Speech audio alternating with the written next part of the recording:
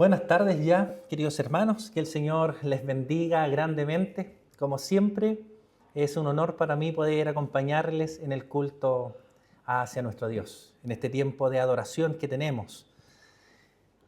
Damos gracias también porque el Señor nos llevó por un largo tiempo, no sé cuánto, pero alrededor de 1 año y medio, podrá ser, con el Evangelio de Juan, que sin duda fue un tiempo de bendición, por lo menos yo lo disfruté mucho.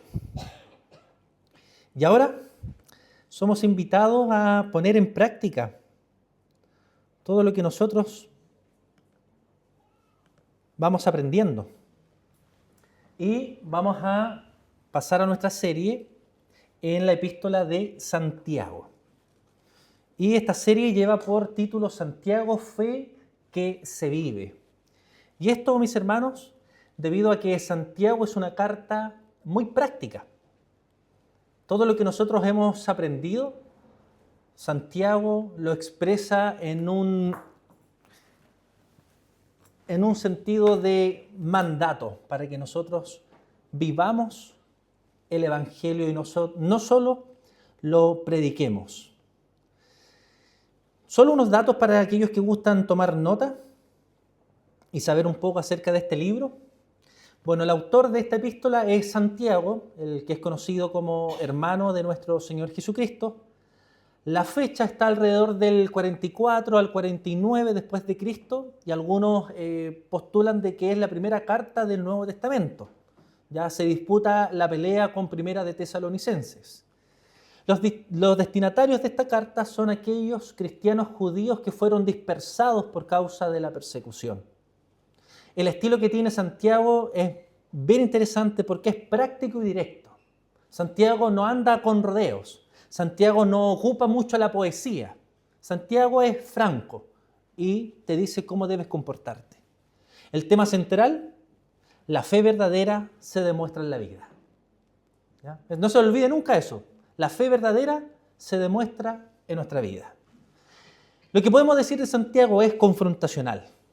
No explica mucho, confronta directamente. Tiene también un estilo sapiencial, es decir, de sabiduría.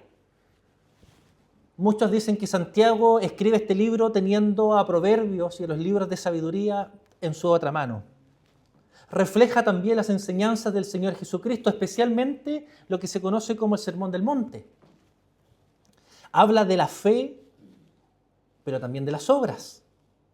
Y aquí yo no sé si ustedes han escuchado, es que hay desde siempre una polémica y a muchos no les gusta el libro de Santiago porque te enseña que debes obrar.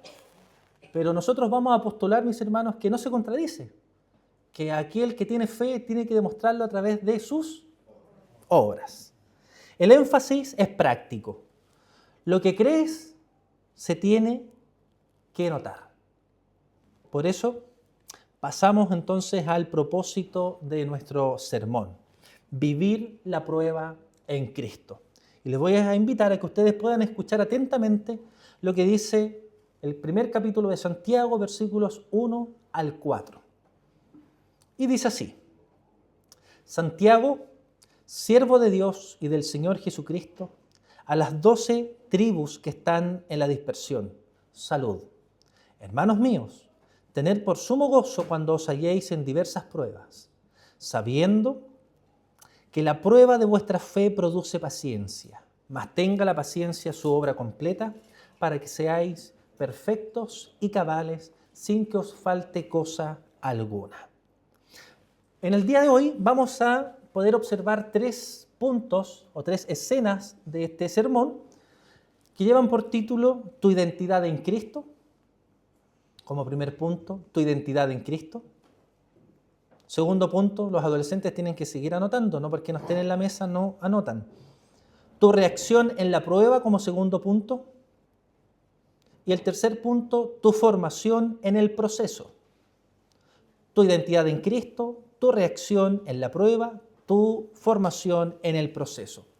Vamos a nuestro primer punto, tu identidad en Cristo, y esto va a estar basado en el primer versículo.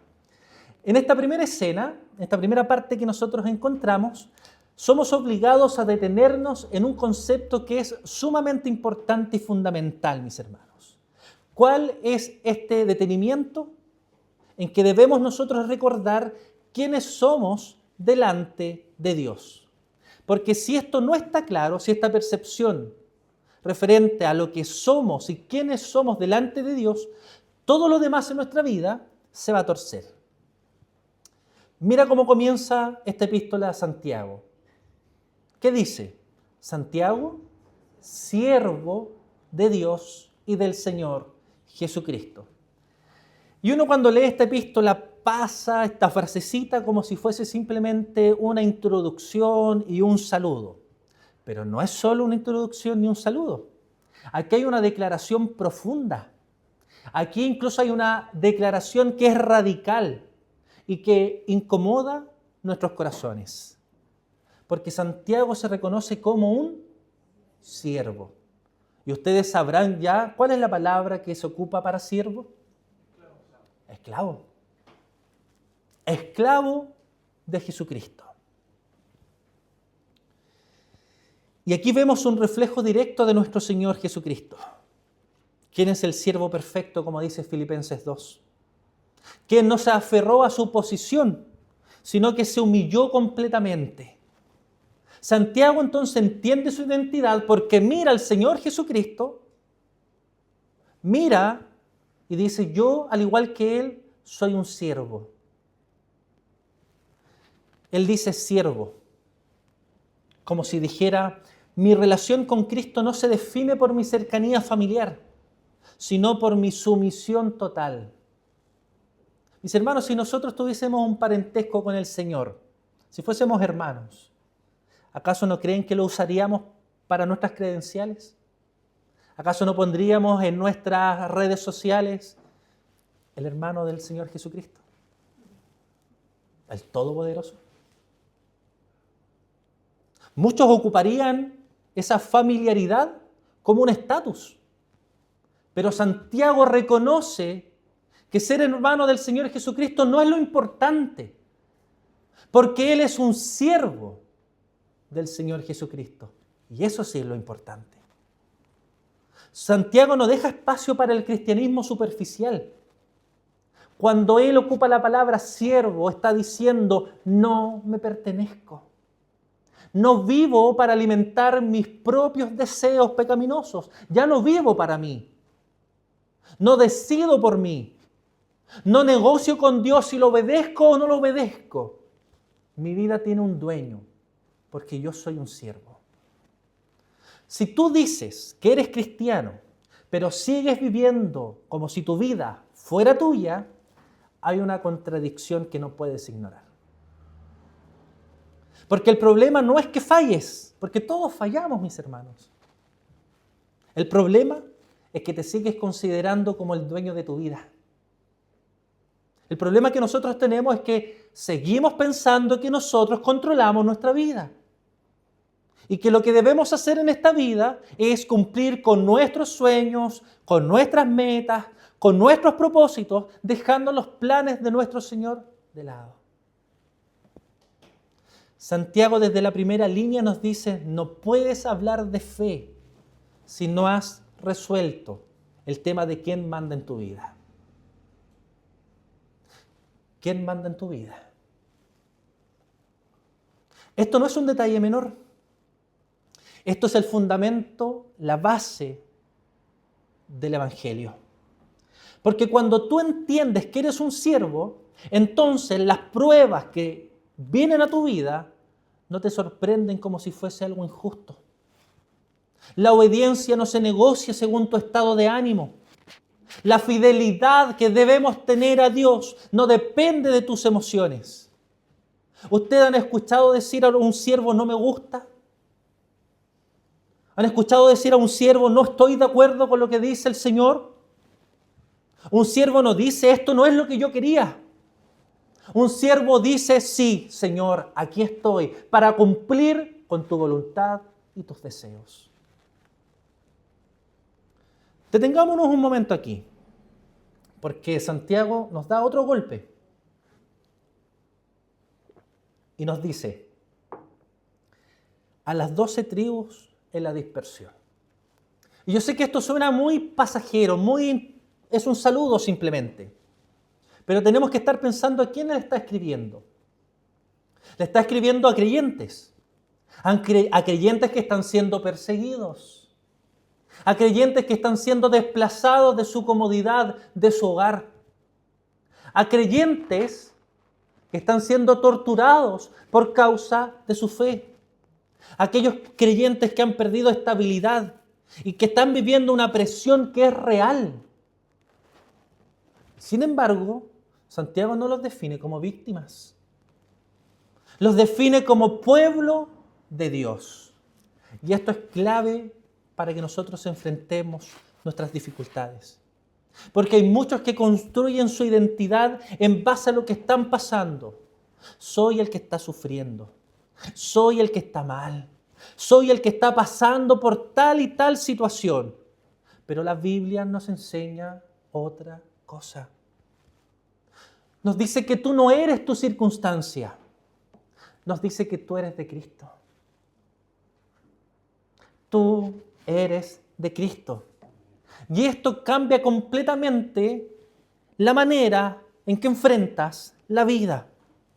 Porque si tu identidad está en tu dolor, el dolor te va a gobernar. Si tu identidad está en la crisis te va a definir. Pero si tu identidad está en Cristo, entonces ninguna circunstancia tiene la última palabra en tu vida. Porque Cristo es tu Señor.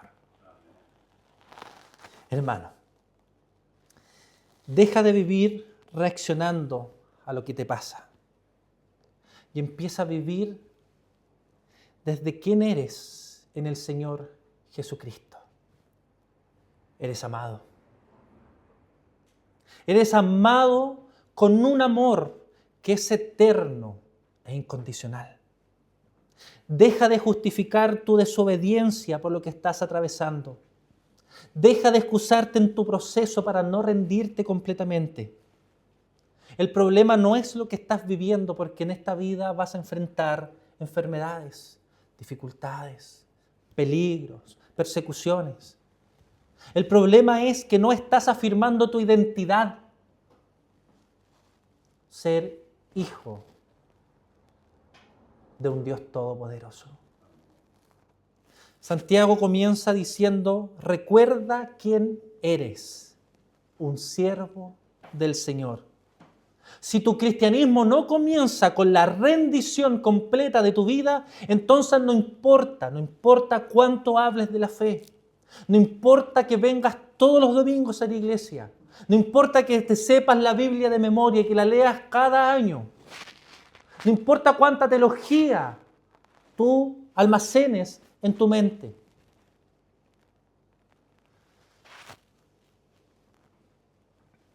Si no estás construyendo sobre Cristo y sobre tu entrega completa, te vas a desmoronar.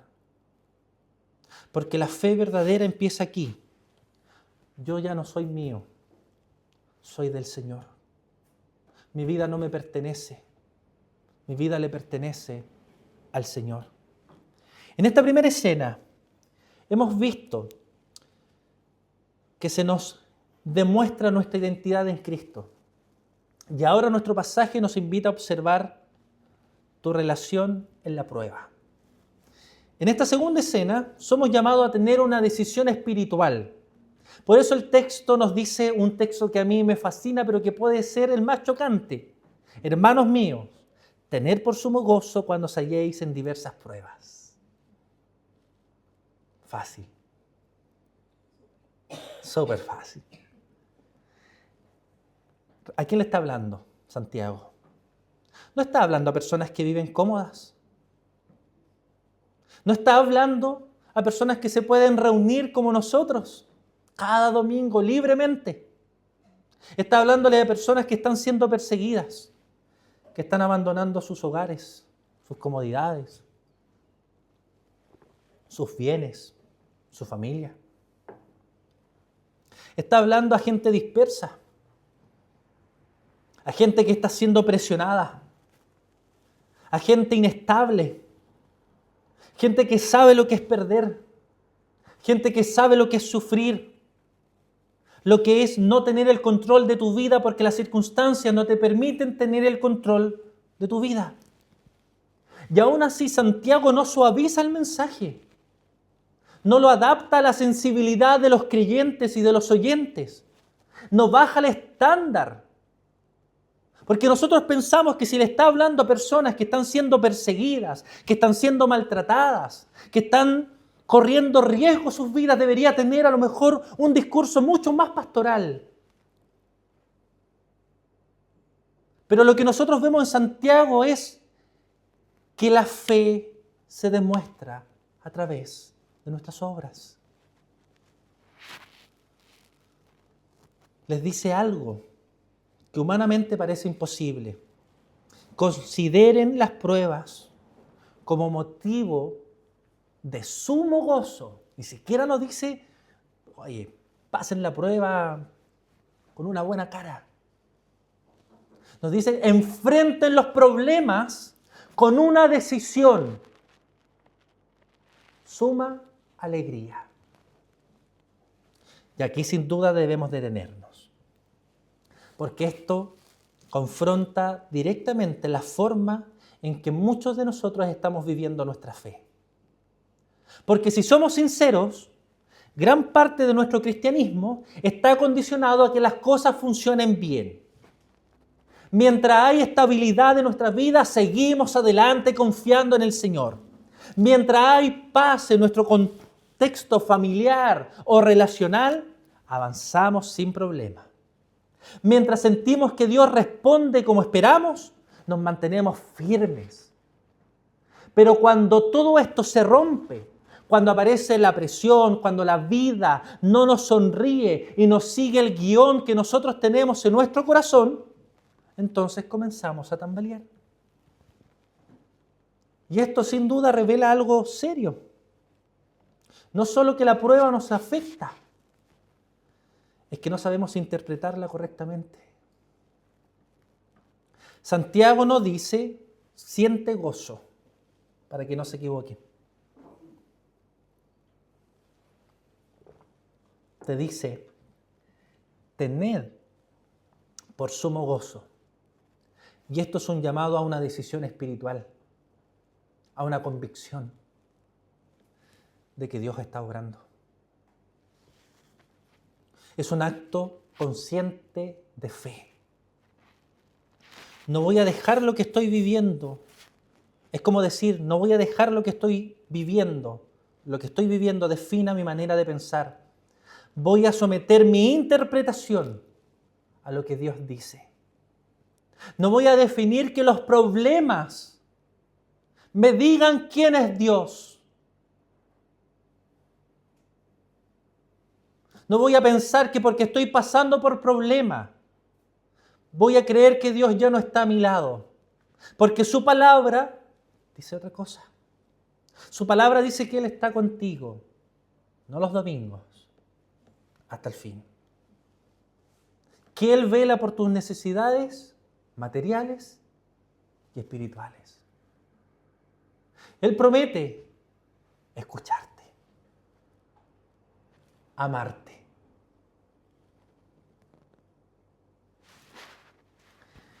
Ahora bien, hermanos, tenemos que ser sinceros. Todo esto cuesta.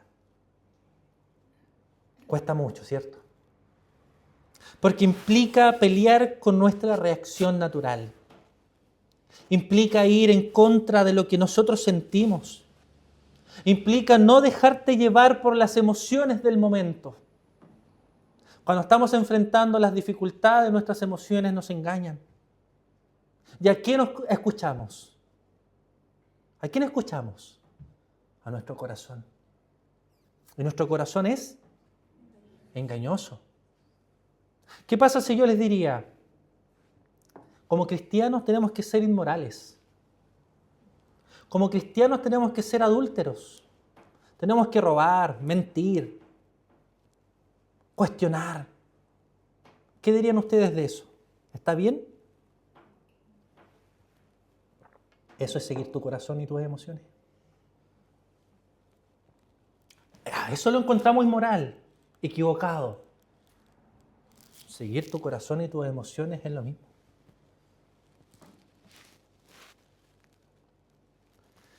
Aquí nosotros podemos preguntar, ¿vivimos gobernados por lo que sentimos o somos guiados por la verdad?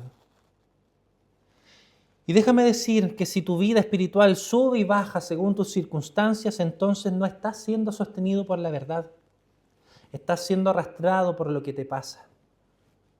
Por eso cuando llega la prueba, muchos no solo sufren, que eso es lo normal. Todos sufrimos en esta vida. Todos pasamos por dificultades. Todos tenemos problemas, hermanos. Tenemos angustia en nuestro corazón. Ciertas cosas nos pueden provocar ansiedades. Podemos pasar por depresiones. No está mal sufrir. El tema es que nos desordenamos. Empezamos a cuestionar a Dios. Empezamos a perder el gozo de nuestra salvación. Empezamos a enfriarnos espiritualmente. Dejamos de orar y de buscar del Señor. Nos desconectamos. Y todo esto no ocurre por la prueba en sí, porque alguien puede vivir lo mismo que tú y aún así seguir fiel a los caminos del Señor. El tema es que nos desviamos porque hay una perspectiva incorrecta en nuestro corazón. Porque la verdad de que Dios está atento a tus necesidades no está gobernando tu corazón. Porque la verdad de que Él está escuchando tus oraciones no está gobernando tu corazón. Porque la verdad de que Él es tu Padre y tiene cuidado de ti no está gobernando tu corazón. Santiago entonces está atacando justamente estas ideas. Está diciendo tu problema no solo es la prueba. Tu problema es cómo lo estás viviendo. Porque cuando tú entiendes verdaderamente que Dios tiene el control de todas las cosas, incluso cuando tú no lo estás, cuando entiendes que Dios está obrando, incluso cuando tú no ves los resultados de inmediato, cuando entiendes que nada de tu vida es casualidad, entonces cambia tu manera de reaccionar. No es que el dolor desaparezca, pero ya no te domina. No es que la dificultad se vuelve fácil, pero ya no te desestabiliza de la misma forma. No es que todo se aclara de forma inmediata, pero ya no necesitas entender para confiar. Cuando nuestro corazón se entrega al Señor, podemos confiar que Él nos cuida. Podemos tener plena seguridad de que Él está atento a nuestras necesidades. Como una certeza. Sufrimos de forma diferente. Yo no estoy diciendo que no debemos sufrir o que sea malo sufrir. Todos nosotros sufrimos. Pasamos por dificultades. Los mismos apóstoles y discípulos del Señor sufrieron. Cuando estaba el Señor en medio de la barca, se generó una tempestad. Porque incluso cuando el Señor está presente, nuestra vida se puede desestabilizar. Y puede aparecer la tormenta. Pero es muy diferente. Es muy diferente vivir los problemas con Cristo a tu lado que sin Cristo. Muchos de los conflictos internos que tienes no vienen solo de la prueba, vienen de tu resistencia a aceptar lo que Dios está haciendo en tu vida. Pero Santiago no te permite quedarte ahí, te empuja a una madurez mayor, te dice, aprende a ver las pruebas como Dios las ve. En nuestro segundo punto hemos visto entonces que nuestra reacción se pone a prueba en medio de las dificultades. Y en medio de ellas debemos confiar plenamente en la perfecta voluntad de nuestro Señor. Por tanto, veremos en esta última instancia tu formación en el proceso, versículos 3 y 4. En esta tercera escena, vemos por qué existen las pruebas. ¿Te has preguntado por qué estás pasando lo que estás pasando? Aquí tenemos la respuesta. Sabiendo que la prueba de vuestra fe produce paciencia. Mas tenga la paciencia su obra completa, para que seáis perfectos y cabales, sin que os falte cosa alguna. Querido hermano, no estás en medio de algo vacío. Tus dificultades y problemas no son porque simplemente el destino así lo quiso. No estás atravesando una etapa que no tiene sentido. Dios está produciendo algo específico en ti. Ahora podemos preguntar, ¿qué cosa es lo que produce o debería producir en nuestras vidas? Y la respuesta es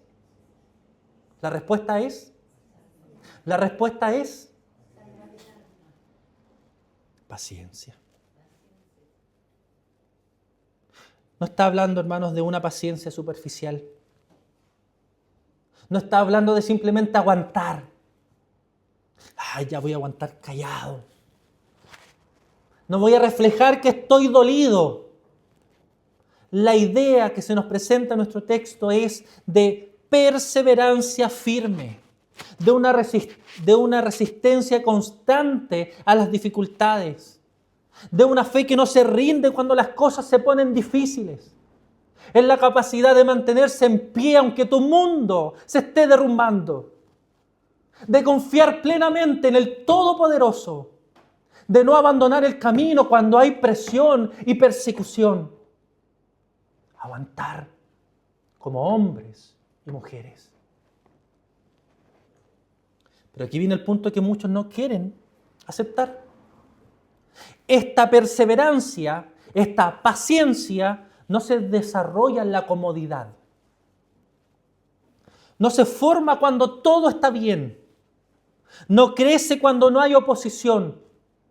Se produce en medio de la prueba. Y aquí es donde la exhortación se vuelve necesaria para nuestras vidas. Porque muchos dicen, yo quiero crecer, quiero tener un poco más de fe, quiero estar firme, quiero tener una fe sólida. Pero cuando Dios comienza a usar las circunstancias de la vida para formar justamente en tu vida paciencia, lo primero que hacemos es resistir, quejarnos, intentar escapar, porque queremos el resultado, pero rechazamos el proceso. Muchos queremos ser como Pablo, como Pedro, como los predicadores que admiramos, pero no queremos pasar por el proceso que ellos tuvieron que pasar. Dolor. El ser destruidos para que Dios vaya formando. Cada vez que tú interrumpes el proceso, estás afectando lo que Dios quiere formar en ti. Dios nunca deja de ser fiel, pero tú resistes su obra. Y algunos de los estancamientos espirituales que tenemos no son porque Dios no esté obrando, son porque no permitimos que el proceso se complete. Has evitado los problemas, has postergado, has resistido, has querido avanzar sin pasar por lo que Dios estableció para ti. Hay gente que ustedes admiran dentro del mundo cristiano, admiran su fe, su conocimiento, su forma de ver la vida como cristianos.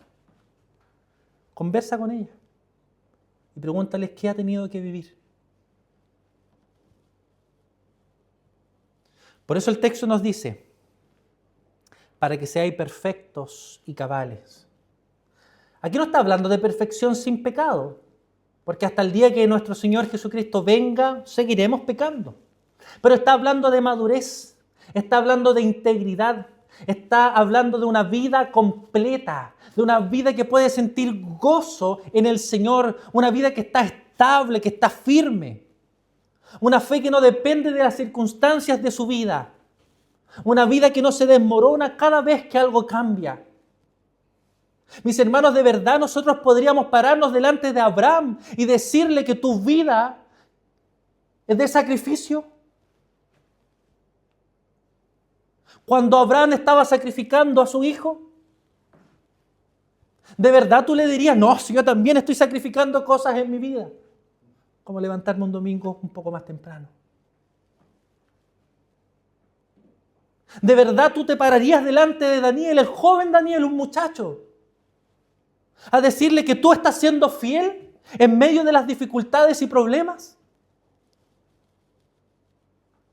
¿De verdad seríamos capaces, mis hermanos, de hablar nuevamente con Daniel y tener la paz que él estuvo en medio de la fosa con los leones? ¿De verdad nosotros seríamos capaces de hablar con Jeremías y decirle, estoy sufriendo? Con Job.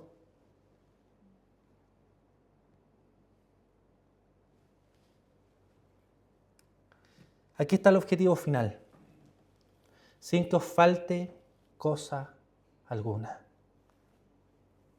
Es decir, una vida espiritualmente formada, no superficial, no incompleta, no fragmentada, sino una madurez sacrificial. Ahora detengámonos un poquito y pensemos, con honestidad, ¿realmente quieres una vida firme? ¿Realmente quieres una fe madura? ¿Realmente quieres un carácter sólido? Si la respuesta es sí, te hago la siguiente pregunta. ¿Estás dispuesto a pasar por el proceso que requiere todo esto?